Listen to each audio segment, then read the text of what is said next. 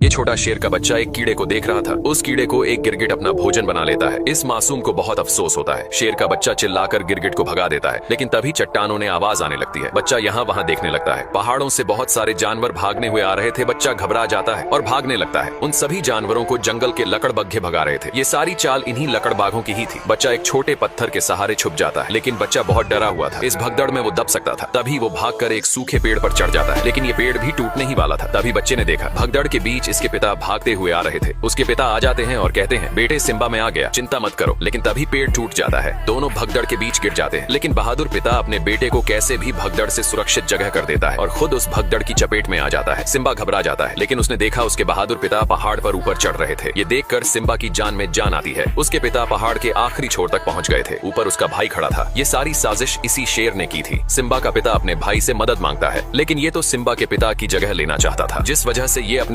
अपने भाई से मदद मांग रहा था। लेकिन इसका मतलब ही भाई उसे पहाड़ से नीचे धक्का मार देता है। अपने पिता को नीचे गिरते देख सिम्बा जोर से अपने पिता को पुकारता है, लेकिन अफसोस, बेचारे सिम्बा ने अपने पिता को खो दिया था। ये नन्हा बच्चा अभी से अनाथ हो चुका था। वो अपने पिता के पास ही सो जाता है। तभी यहाँ सिम्बा का चाचा आता है। ये बच्चे को डरा कर भगा देता है। बेचारा नादान बच्चा डर कर यहाँ से भाग जाता है और लकड़बग्घों से कहता है, मार डालो उसे। सारे लकड़बग्घे सिम्बा को पकड़ रहे थे, जिस वजह से सिम्बा पहाड़ से नीचे गिर जाता है। लकड़बग्घों को लगता है कि वो मर चुका होगा। वो यहाँ से चले जाते हैं और यहाँ वही बूढ़ा शेर अपनी चाल चलता है। सिम्बा के परिवार को धमकाकर खुद ही राजा बन जाता है और साथ में लकड़बग्घों को भी शामिल कर लेता है। लेकिन सिम्बा अभी जिंदा था। वो एक नजर अपनी गौरव भूमि को देखता है और यहाँ से चला जाता है। सिम्बा ने अपना घर परिवार सब छोड़ दिया था। इसीलिए कहते हैं कि पिता एक सूरज के समान होता है। अब सिम्बा की जिंदगी में केवल अंधेरा था। वो थक कर जमीन पर सो जाता है। तभी यहाँ कुछ गिद्ध आते। सभी गिद्ध सिम्बा को भोजन बनाने वाले थे, लेकिन तभी कोई सिम्बा की तरफ आ रहा था। वो एक जंगली स्वर था। स्वर सभी गिद्ध को भगा देता है। ये लोग सिम्बा को नहीं जानते थे, लेकिन नेवला उसे देखकर भाग जाता है। क्योंकि वो एक शेर का बच्चा था, सिम्बा को होश आता है और वो खड़ा होकर यहाँ से जाने लगाता है। लेकिन वो दोनों सिम्बा से बात करते हैं। अब सिम्बा यहाँ से उदास होकर जा रहा था, लेकिन नेवला और स्वर सिम्बा के एक अच्छे मित्र बन जाते हैं। उसे हौसला देते हैं। कहते हैं, जिंदगी में हर कोई अपनों को खोता है। इस रीति को कोई बदल नहीं सकता और तुम तो एक बहादुर राजा के बेटे हो। ये सुनकर सिम्बा अच्छा महसूस करता है। वो दोनों उसे अपने जंगल लेकर जाते हैं, जो जंगल बेहद प्यारा था। सिम्बा को ये जंगल बहुत पसंद आता है। सभी जानवर सिम्बा को देख हैरान थी कि आखिर एक शेर का बच्चा हमारा दोस्त कैसे बन सकता है। लेकिन जो भी हो, सब मिलकर रहते हैं और साथ मिलकर भोजन करते हैं। धीरे धीरे सिम्बा अब बड़ा हो चुका था, जो बिल्कुल अपने पिता मुफासा की तरह दिख रहा था। और यहाँ पर सिम्बा के चाचा ने भौकाल मचा रखा था। लकड़बग्घों के साथ मिलकर जानवरों का शिकार कर रहा था। ये एक बेईमान और अपने भाई का हत्यारा था। इनको शिकार करते हुए एक पक्षी देख लेता है और सिम्बा का परिवार भूखा मर रहा था। इनको वो शेर शिकार नहीं करने देता था। तभी वही पक्षी सिम्बा के परिवार के पास आता है और इनको सारी बात बता देता है। लेकिन तभी यहाँ लकड़बग्घे आ जाते हैं, उसे पकड़ने लगते हैं। पक्षी यहाँ से भाग जाता है। सिम्बा का परिवार बेबस और लाचार था। ये लोग कुछ नहीं कर सकते थे, क्योंकि उस हरामी शेर ने इनके ऊपर दबाव बना रखा था। वो राजा बन चुका था। तभी एक शेरनी कहती है, हमें कुछ करना होगा। हमें हाथ पे हाथ रखकर नहीं बैठे रहना चाहिए। अब सिम्बा की माँ कहती है, ये हमारी गौरव भूमि